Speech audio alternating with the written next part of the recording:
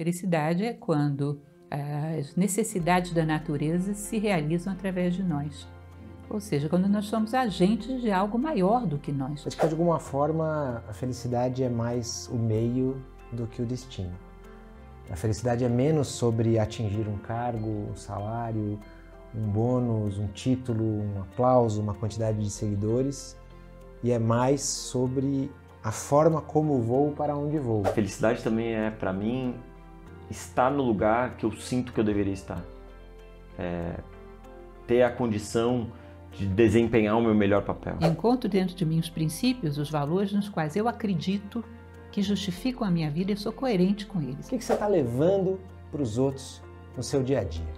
O que você está carregando aí nas suas sacolas que ficam aí dentro do seu coração, que ficam aí nos seus sentimentos? O que você está distribuindo por onde você passa? Trabalho, família, família, trabalho.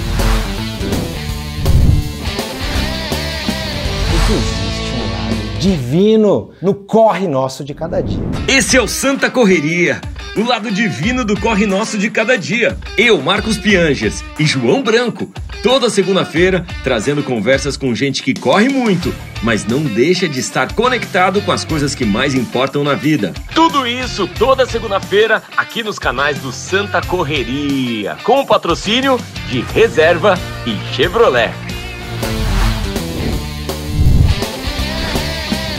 Senhoras e senhores, está começando o Santa Correria, a sua companhia no seu ouvido ou então no YouTube, para você que não para, que está sempre na correria, ou você aí que está precisando de uma pausa. Porque é importante também, de vez em quando, a gente fazer uma pausa para correr para dentro. Às vezes a gente gosta de correr e tá sempre na correria aí fora, porque a gente tem o medo de caminhar para o nosso coração, para a nossa alma, para entender de fato qual é a diferença que a gente causa no mundo. Então, aqui estamos nós, para o nosso momento de reflexão semanal, o Santa Correria, uma forma de levar um pouquinho de divindade para aquilo que você faz. Estou muito feliz de estar aqui com o meu amigo João Branco. Cadê meu amigo João Branco? Aí, brother. Fala, Piangers. Que bom que você veio. Tudo bem? Achei que eu ia fazer sozinho hoje, mano. Não, eu tava na correria, cheguei um pouquinho atrasado aqui, mas cheguei, gente. Cada um na sua correria, o corre nosso de cada dia. Muito bom estar aqui hoje de novo, hein, Piangers? Bom demais, e hoje a gente vai ter uma convidada ilustre muito especial. Sensacional, imperdível. Hoje nós vamos falar sobre filosofia, trabalho, família, um pouco do coração também, coisas que você precisa ouvir aí no seu corre de cada dia. Você está fazendo o que aí agora? Você está trabalhando, você está numa pausa, você está na rede deitadão, você está de férias, você está pensando em nunca mais voltar a trabalhar? Hoje a gente quer falar um pouquinho sobre isso, hein? O que será que o seu trabalho significa para você? Muitas ideias aí. O que é isso aqui, meu? Você botou no Entre a Gente uma sacola. Sabia que você ia perguntar isso aí. Vocês já andaram no shopping alguma vez com uma sacola na mão? Sabe que toda vez que eu tô na rua e eu começo com uma sacolinha andando pra lá e pra cá assim, todo mundo fica de olho. Hoje eu tenho certeza que o pessoal ficou de olho especial porque é uma sacolinha da Reserva, né, gente? É um negócio bonitão. Mas a verdade é que com qualquer sacola que você estiver andando na rua, faz esse experimento um dia, as pessoas ficam olhando, cara. Você anda assim pra lá e pra cá, a pessoa começa a olhar pra sua mão o tempo todo. Sabe qual é a minha conclusão sobre isso, Piangers? É que na verdade, todas as pessoas estão o tempo todo olhando pra você, tentando entender o que você está carregando. O que você tem aí com você? O que está aí na sua mão? O que você tem pra mim? Parece que subliminarmente, inconscientemente, o tempo todo as pessoas estão assim, quero olhar sua mão, quero ver o que você tem, o que você trouxe para mim aí hoje. Quem tem criança, quando chega em casa depois de uma viagem, sabe do que eu tô falando, né? Abre a porta, vem aquela criançada te abraçar, qual que é a primeira pergunta que normalmente eles fazem, né? O que você trouxe para mim, papai? E a verdade, gente, é que o tempo todo tá todo mundo aí, esperando, me dê alguma coisa, faça algo por mim. Então a pergunta que eu deixo pra gente começar esse papo de hoje pra você é: o que você está levando pros outros no seu dia a dia? O que você está carregando aí nas suas sacolas que ficam aí dentro do seu coração, que ficam aí nos seus sentimentos? O que você está distribuindo por onde você passa? Você está saindo dando palavras duras para todo mundo ou está deixando rastros de amor, de bondade, de caridade? Ou você está deixando memórias nas pessoas de bons perfumes que você quer espalhar por aí? Não esqueça, carregando ou não uma sacola física, o tempo todo, está todo mundo te olhando e esperando o que você tem para dar. Aproveite essa oportunidade. A gente aqui no Santa Correria tenta dar o melhor para todo mundo que ouve e assiste, então a gente convidou uma pessoa muito especial, uma filósofa que eu tenho muita admiração, uma professora de muitos anos, uma professora voluntária, né, da Nova Acrópole, e uma pessoa que conhece como ninguém os filósofos antigos e se inspira nessa filosofia antiga para viver uma vida boa, para viver uma vida feliz. Senhoras e senhores, eu gostaria de chamar aqui ao nosso estúdio a professora Lucelena Galvão, por favor. Aí precisa dar de palma aí, né, auditório? Aí. Que alegria, professora, estar com você hoje. Muito obrigado. Obrigado por ter vindo. Obrigada. A nossa lógica aqui do programa é conversar sobre propósito e trabalho, sobre família, que eu acho que fica bem claro, né, quando a gente cuida de uma criança. Existe um propósito ali, e um propósito na nossa sociedade moderna, não remunerado. Então a gente não paga nada para uma mãe que cuida do filho, a gente não paga nada para uma mãe que amamenta, a gente não paga nada para um pai que troca fralda, a gente não paga nada para um pai que brinca com o filho, que conta história para o filho antes de dormir. Ou seja, a gente estabeleceu aqui alguns acordos sociais de que isso não tem um valor monetário, mas tem um profundo valor social, tem um profundo valor emocional, tem um valor muito profundo a criação de um filho, né? Então, gostaria de começar aqui falando sobre como é que era essa criança que foi cuidada em algum momento, essa Lucelena que foi uma filha em algum momento e que está aqui representada numa foto que a gente sempre traz de todos os nossos convidados e que nos lembra da criança que a gente foi um dia, que muitas vezes é uma parte do nosso melhor, né? Aquela criança cheia de ímpeto, de vontade de realizar e cheia de confiança nela mesma, nos outros e no futuro. Como é que era essa pequena Lúcia? Não muito diferente de qualquer criança dessa idade. Nessa época eu tinha 5 anos, era apaixonada por contos de fada, detalhe, sou até hoje. E, enfim, muitos sonhos. Uma criança normal, não havia nada de muito diferente. Boa aluna sempre foi. Essa criancinha aí era muito dedicada aos estudos e assim foi passando, né? A adolescência não foi muito diferente, correu mais ou menos por essa linha.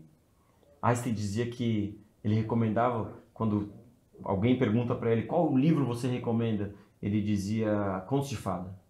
E depois, quando a criança crescer, mais contos de fada. Você sempre gostou de contos de fada? Sempre gostei e gosto até hoje.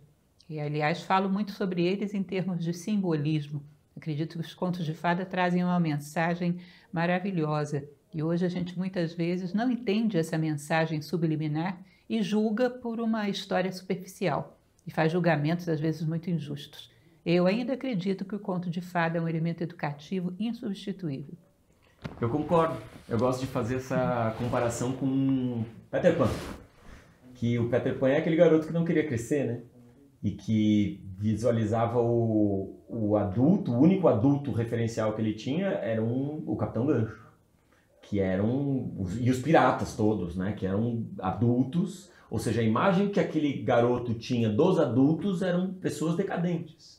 E o próprio Capitão Gancho com medo do tempo, que tinha um crocodilo levado à mão dele, tinha engolido um relógio que ficava tocando o relógio, se tocasse o relógio, o Capitão Gancho ficava louco também. De novo, são uma série de comparações, de metáforas que a gente pode trazer para a vida. Qual é a sua favorita aí? Qual é a sua metáfora favorita de conto de fada? Tem muitas. Eu gosto, por exemplo, da Branca de Neve, ela é inteiramente simbólica. Então, aquele cabelo negro como o ébano da janela, a pele branca como mármore, os lábios vermelhos como sangue, aquilo ali nada mais é do que a obra alquímica em branco, em negro, em vermelho. Tá? O espelho onde a madrasta se vê e se apaixona pelo seu reflexo no espelho é a alienação da humanidade, né? Apaixonada por um reflexo muito superficial. E a própria Branca de Neve é a nossa alma. envolvida com os seus 7 veículos, que são os 7 anões, tudo ali tem uma passagem ligada a alguma simbologia clássica. Cada passagem está ligada a algum argumento mítico muito interessante. Maravilhoso. Agora, as histórias, os contos de fadas, as histórias mais famosas de todas, dizem, né? E no marketing, na comunicação, a gente acaba estudando um pouco aquelas modelagens de histórias que conectam, né, com as pessoas, a jornada do herói, a forma de contar uma história que acaba sempre tendo um começo parecido, um meio parecido e um fim parecido. A gente tem um monte dessas histórias famosas que começam com uma criança que tem um estilo de vida, de repente ela passa por um trauma, depois ela descobre que ela tem poderes, depois ela se isola por causa disso, depois ela entende que aqueles superpoderes servem para alguma coisa e decide ajudar a humanidade com aquilo, e é então que ela vai lá e se torna, né, uma heroína ou um herói. A história do Batman, a história da Frozen, várias histórias passam por jornadas assim. Será que isso é porque a gente se identifica, professora, com histórias que têm fracassos e sucessos? A gente acaba percebendo na nossa vida os altos e baixos, e quando contam pra gente histórias assim, a gente se vê lá e é por isso que a gente gosta? O que você falou é basicamente o esquema do monomito do Campbell, né? Basicamente é isso. O que esse monomito explica para a gente mostra que as dificuldades não são derrotas, são desafios, e que nós podemos crescer a partir delas. E se aceitamos as derrotas como ensinamento, nós podemos chegar a construir uma capacidade de interferir no destino humano de maneira muito positiva.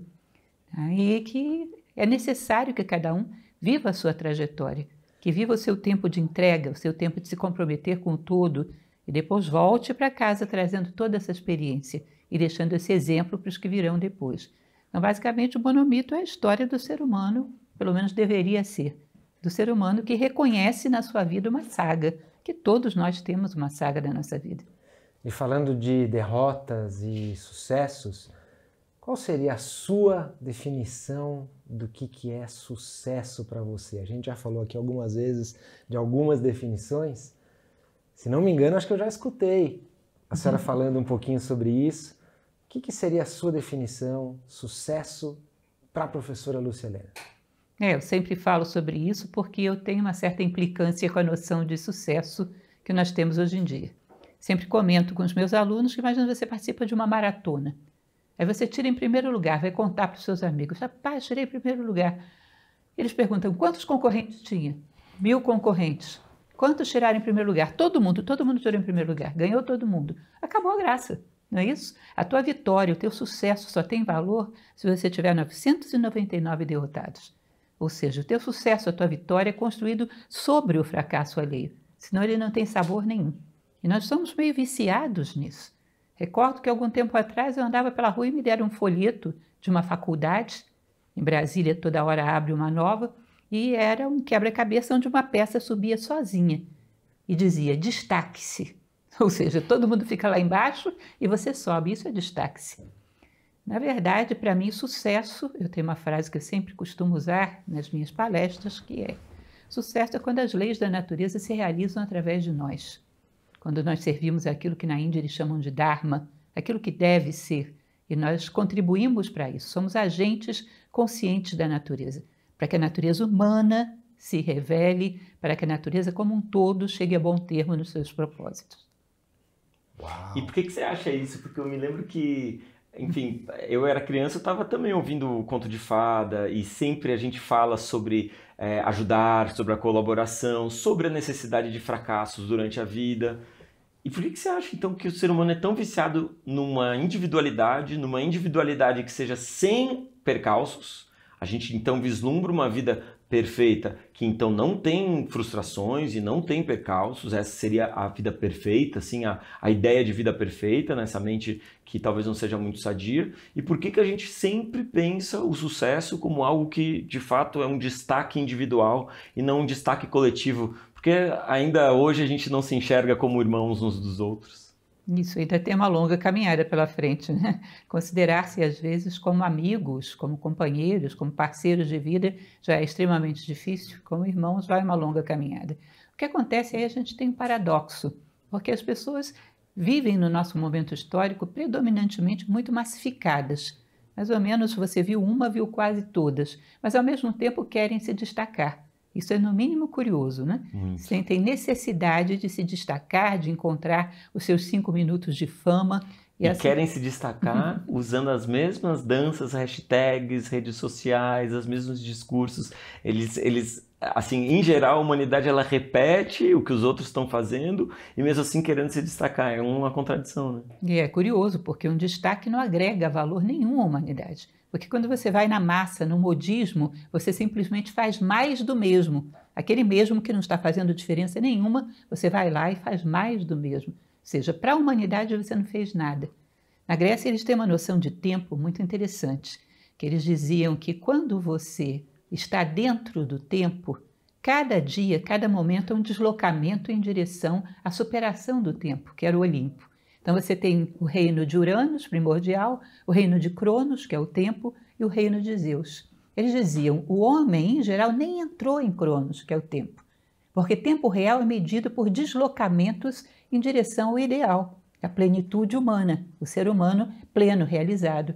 Quando uma pessoa vai, volta, faz 1000 coisas, quando você vai olhar do ponto de vista humano, ela não deu um passo na direção de ter um pouco mais de valores, de virtude, de sabedoria, não deu um passo, não existiu tempo para essa pessoa. Ela está lá num caos primordial, ela ainda não entrou no tempo.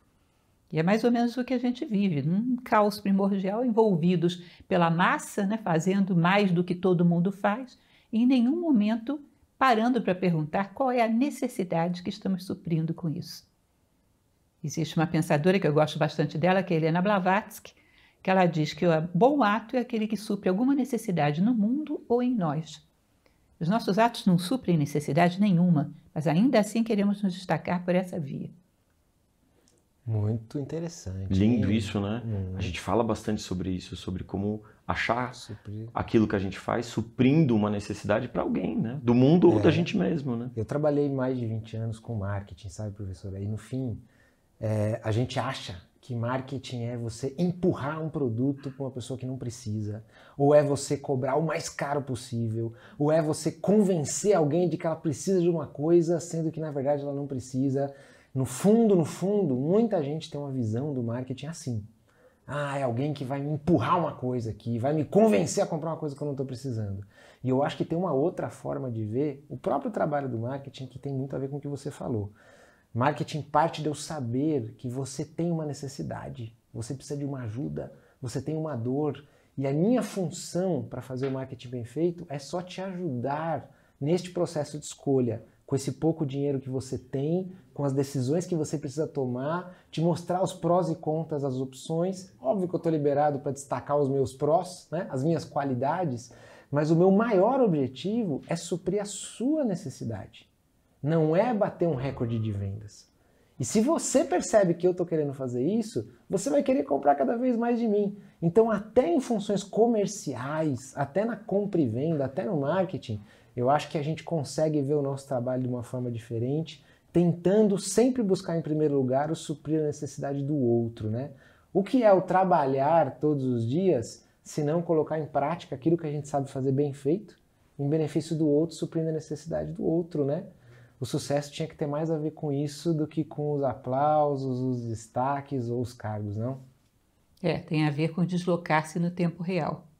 Immanuel Kant, ele tem uma máxima que ele diz que é extremamente imoral tomar o ser racional, ou seja, o ser humano, como meio. O ser humano sempre deve ser um fim em si. E o esporte mais praticado na sociedade é tomar o ser humano como meio. Meio para que eu tenha lucro, meio para que eu me destaque, meio para que eu me dê bem. Ou seja, ele é meramente um meio, ele não é um fim em si. Chega a ser meio absurdo uma sociedade onde o ser humano não é o fim. Que fim é esse tão precioso? Que fim é esse que de fato nós estamos buscando? É como se às vezes a gente usa o trabalho, usa as pessoas para servir o trabalho, né? Ou a economia, essa coisa que a gente criou né? E é como se a gente precisasse trabalhar e abrir mão da nossa vida, da nossa alegria uns com os outros, da nossa família muitas vezes, para suprir essa ideia, né, de mercado e de crescimento que na verdade não serve ao humano, né? Em muitos momentos eu acho, como eu, né, falei no início, que a gente precisa perceber o valor que existe num cuidado com o próximo, no cuidado com a criança, no cuidado com a família, né? E perceber isso como algo que realmente tem muito valor e às vezes mais valor do que simplesmente você estar correndo e não chegar em lugar nenhum, né? Como você disse, às vezes a gente passa a vida toda e só lá na frente se arrepende ao olhar para trás, né? É curioso, aí eu puxaria uma máxima bíblica, né, que diz: não servirás a 2 senhores ao mesmo tempo. Então você acha que dentro da sua casa servirá aos seus filhos, servirá ao seu companheiro, e dentro do trabalho você usa as pessoas como meros meios. E acha que essas coisas vão funcionar muito bem. É evidente que não vão. É evidente que se você desumaniza, desumaniza em todos os ambientes. Ou se humaniza, terá que fazê-lo em todos os ambientes. A psique humana é como se fosse a água, que busca o mesmo nível em todos os lugares onde ela está. Tá? Eu costumo falar a respeito das 3 autoridades que hoje, felizmente, alguns líderes, algumas pessoas do meio empresarial estão começando a levar isso a sério. Um líder ele teria que ter 3 autoridades. A primeira delas é a autoridade intelectual, tem que saber o serviço, senão ele não pode conduzir. Em segundo lugar, a autoridade moral, fazer junto, e não simplesmente ficar afastado dando ordens. E a terceira, última, mas não menos importante, é a autoridade humana, que é aquela que considera que um trabalho bem feito não é só aquele que tem coisas e serviços bem prestados. É aquele que tem coisas e serviços bem prestados e que todo mundo que participou do processo cresceu ao longo dele. Todo mundo terminou realizado. Ou seja, o fator humano não pode ser deixado para trás. E isso necessariamente, como você mesmo falava, necessariamente vai ser uma via para o futuro. Quem não for assim vai perder a credibilidade. Tá? Não dá para continuarmos servindo a vários senhores ao mesmo tempo. Em casa, os meus filhos, a minha esposa, o meu esposo são fundamentais. No meu trabalho, são meras máquinas produtivas. Não existem como seres humanos. Como é que os antigos viam o trabalho? Como é que o trabalho era percebido pelos gregos? Como é que os estoicos falavam sobre trabalho? Aí você me colocou numa disjuntiva que é complicada, porque se você falar como é que os filósofos viam trabalho, eu vou te dizer uma coisa. Como é que o homem grego da sociedade em geral via o trabalho é outra bem diferente. Fala-se, né, pelo menos eu não tenho muita certeza da veracidade disso, mas disse que a palavra trabalho vem de tripalium, do latim, que seria um instrumento de tortura, sei lá.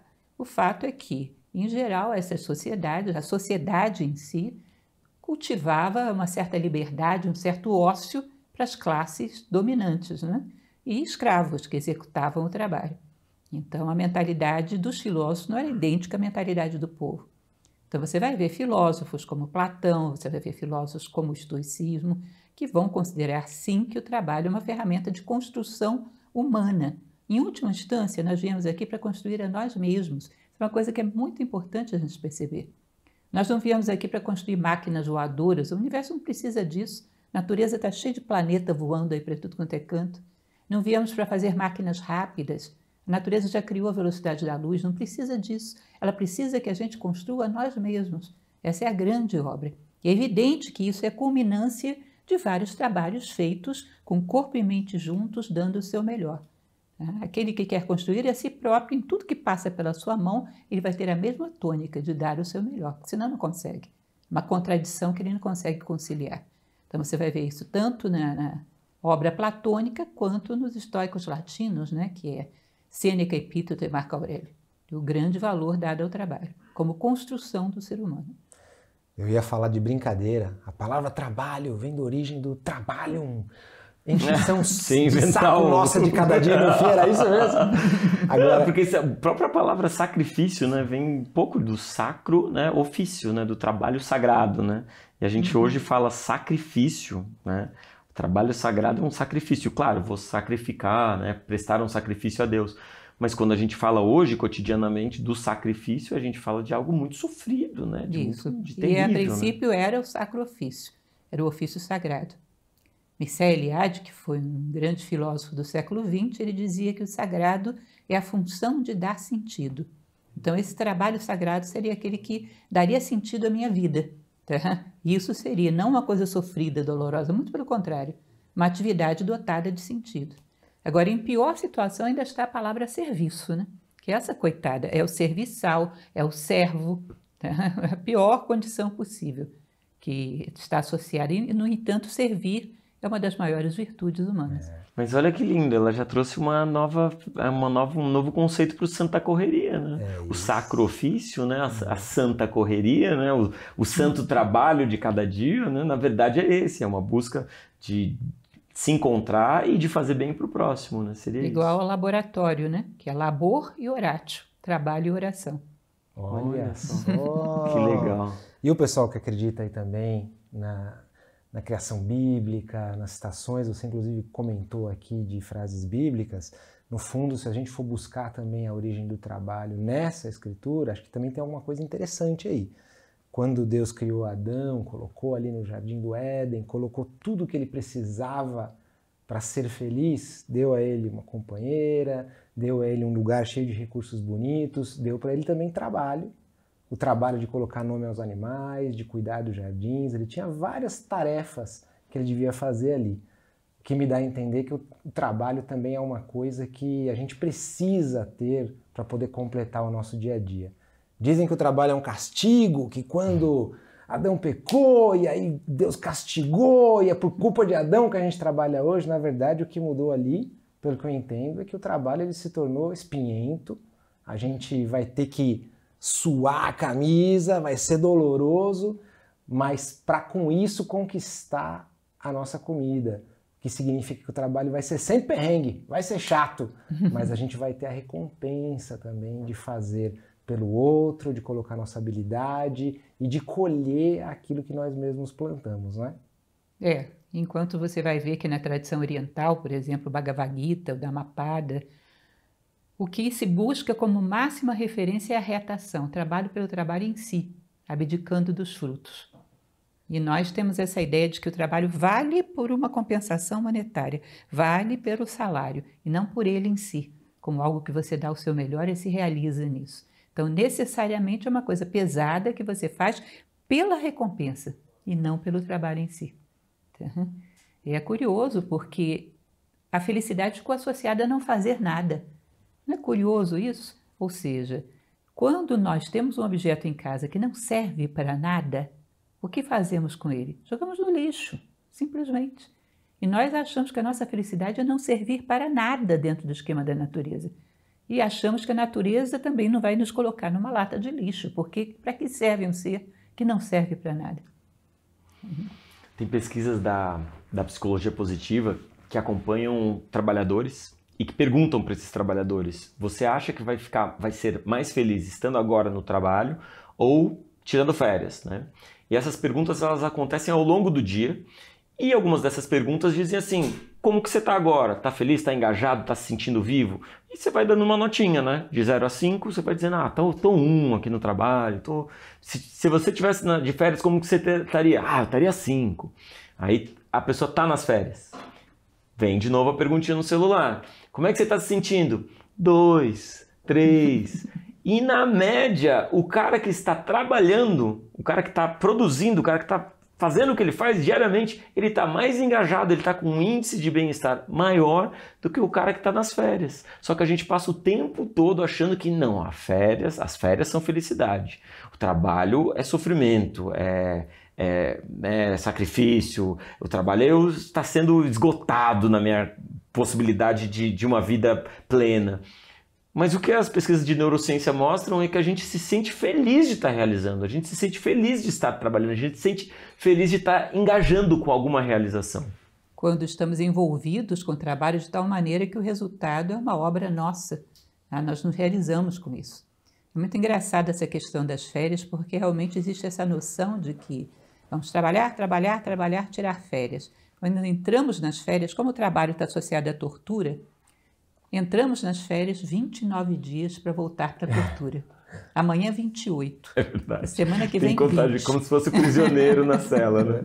É desesperador. Se você vê, por exemplo, um nadador que atravessa uma piscina, a cada braçada tem uma respiração. Ele não dá várias braçadas para respirar lá do outro lado da piscina.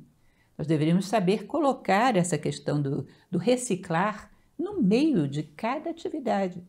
Saber fazê-lo, porque até saber reciclar tem alguma ciência nisso. Deveríamos colocar no meio de cada movimento uma atividade de reciclagem, para que a gente estivesse sempre bem.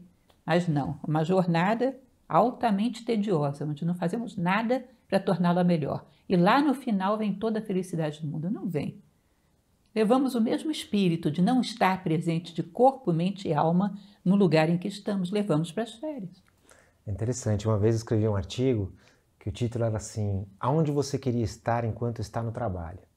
Tem muita gente que coloca, né, um porta-retrato no trabalho que tem assim uma paisagem da sua última viagem e deixa ali na mesa o tempo todo. Você está trabalhando, mas você está olhando para a sua viagem.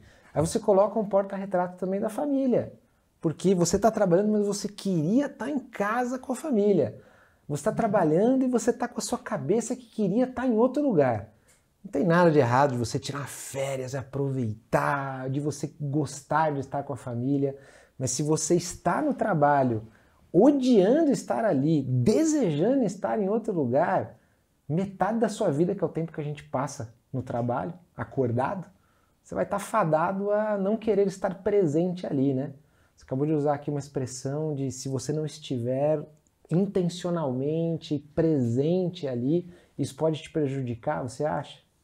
Com certeza. Essa expressão, na verdade, pertence a Carl Jung. Ele falava corpo e mente juntos, onde você estiver. É a regra da vida. Necessariamente dentro da nossa vida haverá um tempo dedicado ao trabalho.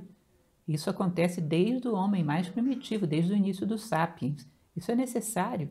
Não é culpa desse trabalho que eu faço, não é culpa desse patrão que eu tenho. Isso faz parte da natureza humana. Teremos que ter um tempo da nossa vida dedicado ao trabalho. Deveríamos levar isso a sério, respeitar e dar tanta atenção e carinho a isso como qualquer outra necessidade da nossa vida. Então, quando estamos em casa com os filhos, estamos em casa com os filhos. Quando eu estou no trabalho, eu estou no trabalho. E coloco o melhor de mim em tudo aquilo que eu me proponho a fazer, esteja aí onde estiver. Eu gosto de fazer uma comparação meio polêmica, assim, sabe? De que se a vida fosse um jantar, sabe? Daqueles que tem todas as fases, assim, o trabalho ele seria o prato principal. Isso já choca, você fala, não, peraí, o prato principal, a família, isso, aquilo. Eu estou falando relacionado ao tempo que a gente gasta no prato principal versus jantar. Se eu for somar todas as calorias ali, né, a proporção, o trabalho é uma parte muito grande. Talvez o estar com os filhos seja a parte mais doce da nossa vida. Talvez a nossa infância seja a entradinha da vida. Mas o fato é que o trabalho ele ocupa muitas horas, uma proporção muito grande desse presentão que a gente ganhou chamado vida, e que se isso tudo fosse simplesmente uma tortura, um suplício, eu não queria, se eu pudesse eu parava tudo isso, é como se a gente estivesse nesse jantar inteiro aproveitando só a entrada e a sobremesa e o prato principal pra gente fosse assim, né? O trabalho ele é parte, né, desse jantar. Ele traz um perrengue, mas ele também traz a satisfação, esse sentimento de estar produzindo, de estar sendo útil para o outro com aquilo que a gente faz. Temos que entender, né, que ele é parte. Não dá para aproveitar um jantar inteiro só aproveitando uns pedacinhos, né? Teve uma outra pesquisa que a gente fez falando assim, se você ganhasse 100 milhões de reais amanhã, você pararia de trabalhar ou não? Será que vocês parariam? Vocês estão assistindo a gente? Fiz essa pesquisa aqui no Brasil, com mais de 1.000 pessoas. Para minha surpresa, mais da metade das pessoas não falou que pararia de trabalhar. Mas mais da metade das pessoas falou que não ficaria no seu trabalho atual. Olha aí, mudaria de trabalho. Ou iria parar, ou iria mudar de trabalho. Então, eu acho que a gente sabe, de alguma forma, que o trabalho é uma bênção. Mas o problema é o trabalho de hoje. O problema é esse chefe, o problema é esse cliente, o problema é esse colega de trabalho, o problema é aquela pessoa que está aqui do meu lado e a gente nunca está satisfeito. Essa é a questão, e isso se baseia filosoficamente numa ideia de achar que o mundo é caos. A gente está aqui por acaso, poderia estar em outro lugar. Se você pega, por exemplo, o imperador Marco Aurélio, imperador filósofo estoico, ele dizia que nada acontece ao homem que não seja próprio do homem. O que significa isso? A nossa necessidade de experiência para crescer atrai os fatores para a nossa vida. As coisas não acontecem por acaso, acontecem porque eu vim ao mundo como se eu viesse com um cartão cifrado, das arestas que eu tenho que polir, das coisas que eu tenho que passar para crescer. Portanto, as circunstâncias vêm chamadas pela minha necessidade de experiência. Se não for essa, vai ser uma outra muito parecida, mas eu tenho que passar por ali para crescer. Portanto, não é casual que eu esteja aqui. Dada a minha necessidade de experiência, isso foi a melhor situação para que eu possa subir esse degrau da escada. Aí a gente pensa, se eu estivesse em outro lugar, que lugar seria perfeito? Que lugar seria perfeito? Eu queria ser o posto de maior destaque do mundo, eu queria ser presidente dos Estados Unidos da América. Alguém acha que isso é confortável? Que isso é seguro? Que isso é tão bom assim? Não existe, muito pelo contrário, deve haver uma série de desgostos e perigos e riscos enorme, nível de estresse enorme, né? E as pessoas sempre ficam idealizando que existe algum lugar do mundo que não é dual, que não tem dificuldades, onde tudo é uma maravilha, um paraíso. Qualquer situação num mundo onde tudo é dual, vai ser dual também. Por que não encarar essa? Por que não acreditar que a vida sabe o que está fazendo? E do ponto de vista filosófico, é exatamente aquilo que a pessoa precisa, na verdade. Aquele cliente difícil, aquele chefe complicado, aquela família que não é perfeita, é exatamente o que ela precisa para evoluir em determinada área. Sim, é isso? A lei da necessidade, é exatamente isso.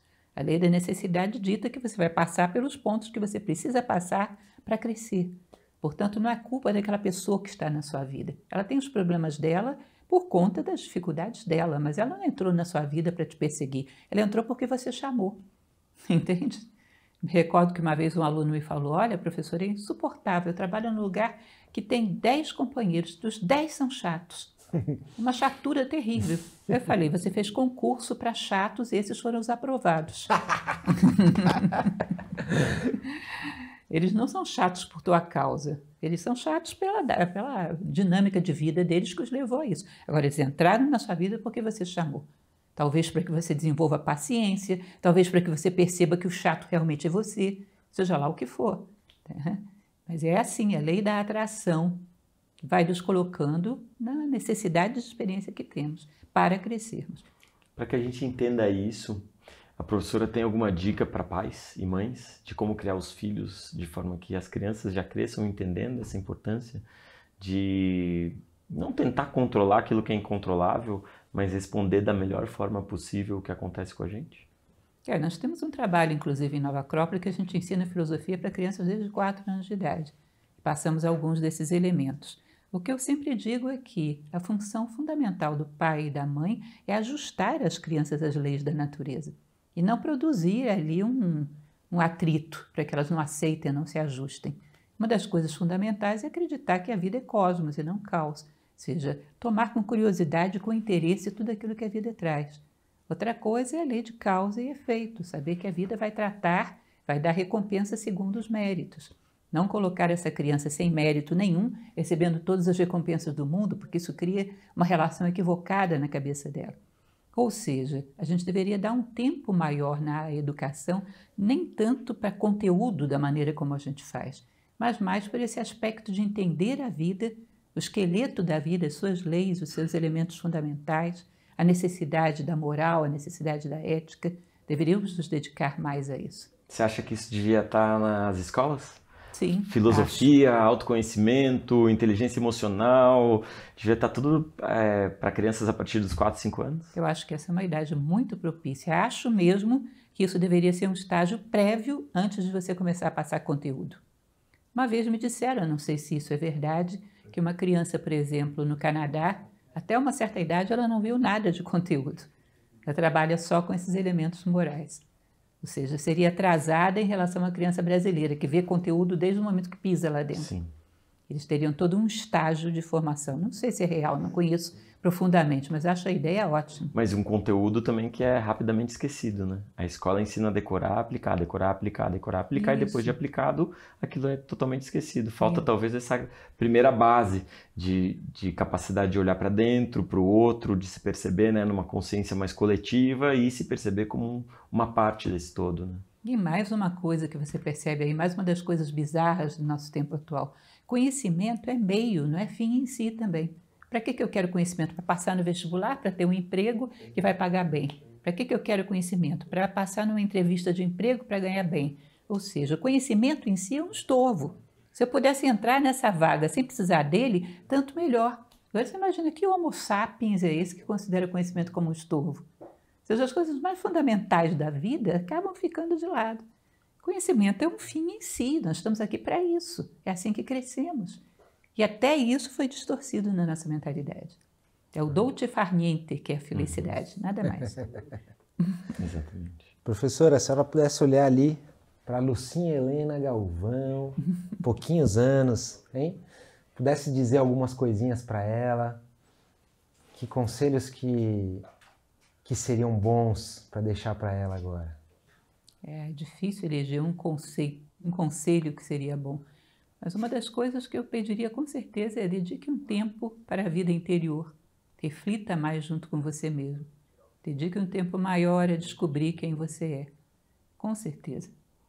Para não ficarmos nessa correria alienante sem ter um tempo de diálogo interno. Um tempo de descobrir, na verdade, o que foi que você veio fazer aqui. A gente deveria, de alguma maneira, começar a ensinar isso já para as crianças.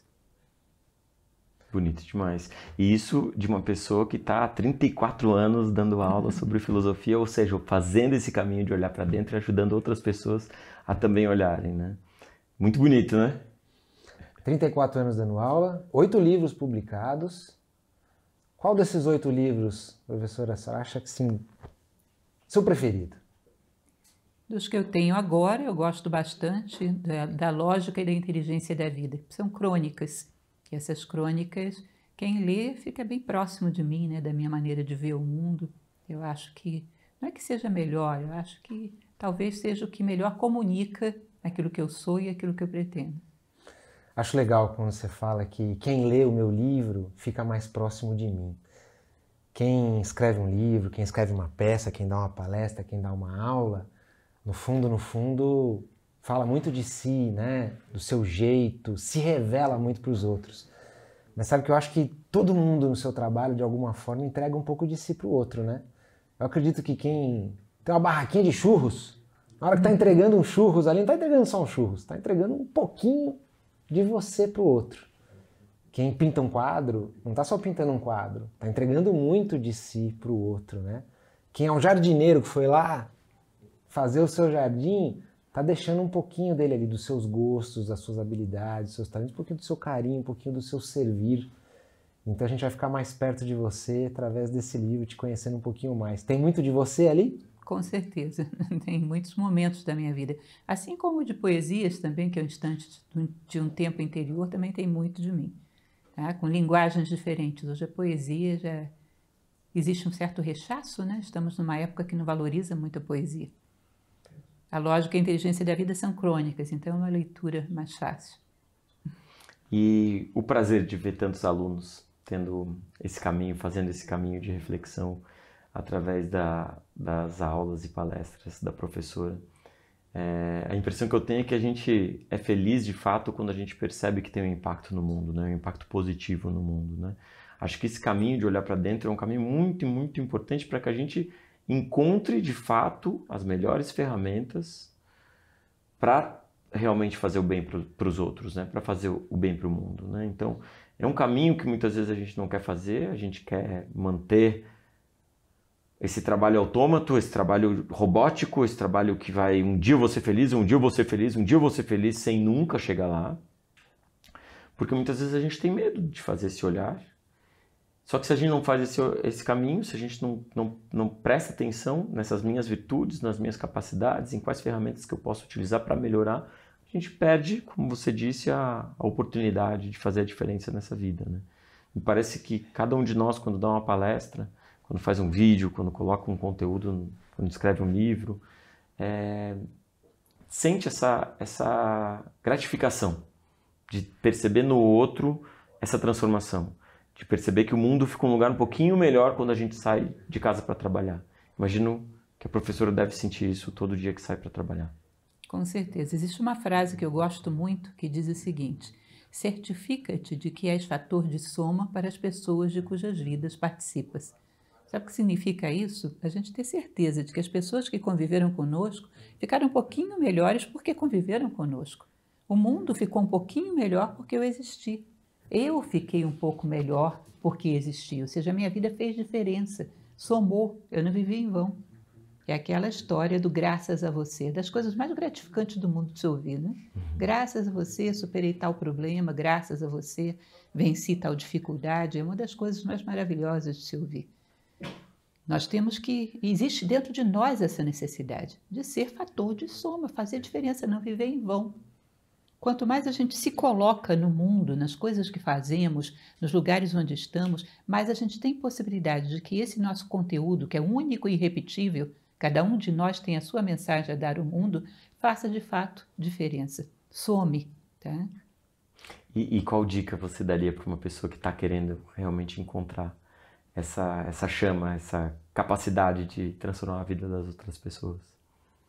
Em primeiro lugar, procure encontrar dentro de si um sentido e seja coerente com ele.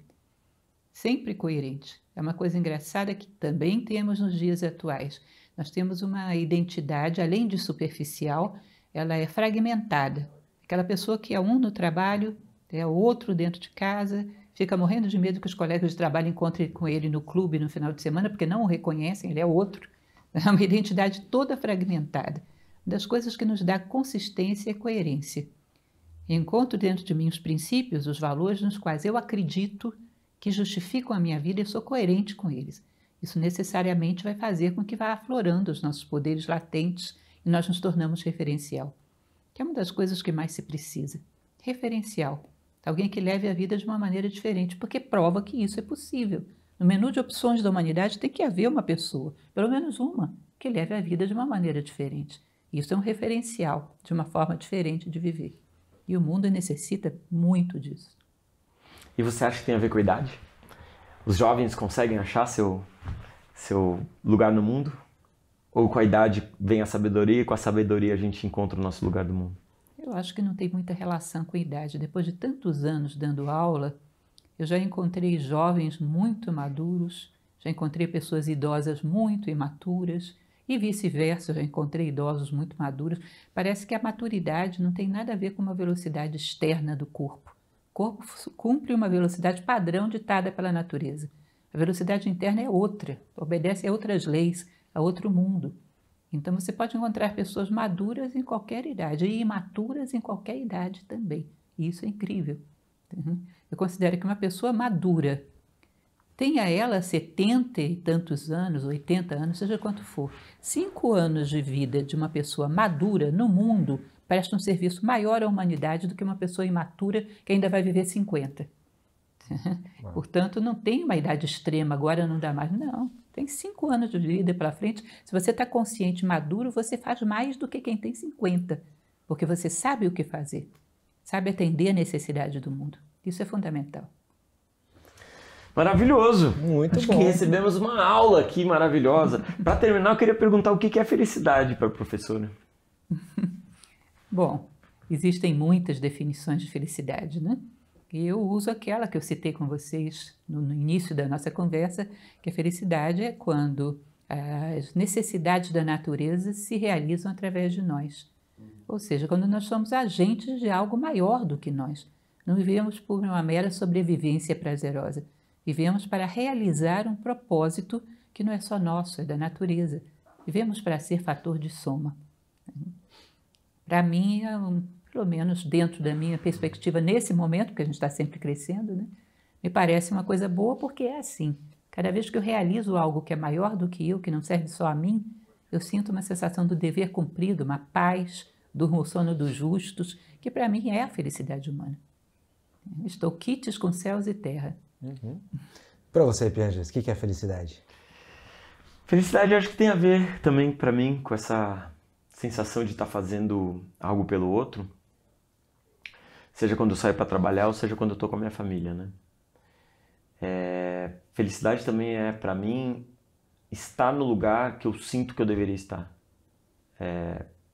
ter a condição de desempenhar o meu melhor papel, sabe?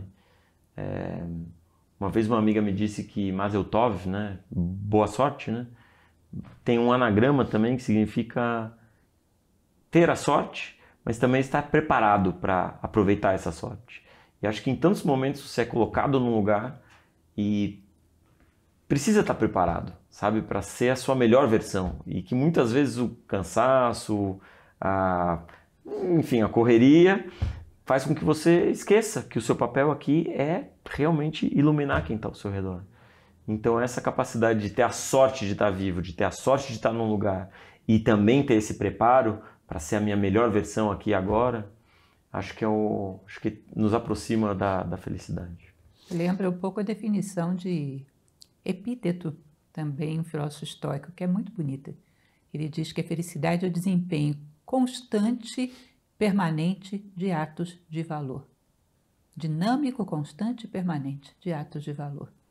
Ou seja, você se realiza pelo que você é nesse momento. A definição também que eu gostei muito de felicidade, que tem a ver com isso, é de que de alguma forma a felicidade é mais o meio do que o destino. A felicidade é menos sobre atingir um cargo, um salário, um bônus, um título, um aplauso, uma quantidade de seguidores, e é mais sobre a forma como vou para onde vou. O como ir, o caminho. Ao longo do caminho, aproveitar essa jornada, entendendo o que está acontecendo ali.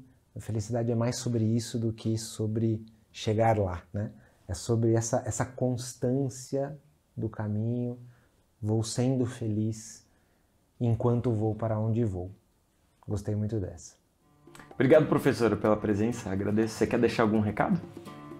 Não, apenas convido aqueles que ainda não conhecem para conhecerem o nosso trabalho da Nova Acrópole no YouTube. Nós temos uns 1000 vídeos disponíveis gratuitamente. Basta entrar no YouTube, digitar Nova Acrópole, você vai encontrar o nosso trabalho, é bem interessante. João tem um presente para você. Muito bem! Que Falei ótimo. aqui no começo que por onde a gente vai, as pessoas querem ver o que a gente carrega. Hoje aqui a gente viu você carregando palavras de muita sabedoria, de amor, de carinho, certamente se preocupando com quem está ouvindo. A gente recebeu isso, mas em troca a gente também queria deixar um presentinho aqui da reserva que está com a gente, para que possa deixar um pouquinho mais de estilo aí no seu dia a dia. Que ótimo.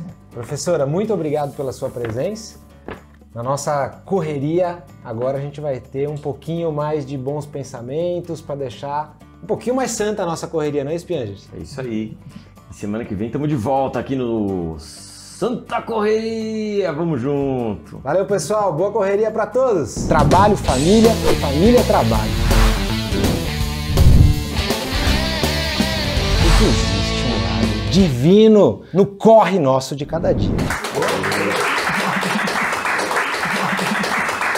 Obrigado, professor. Obrigado, Eu viu? agradeço.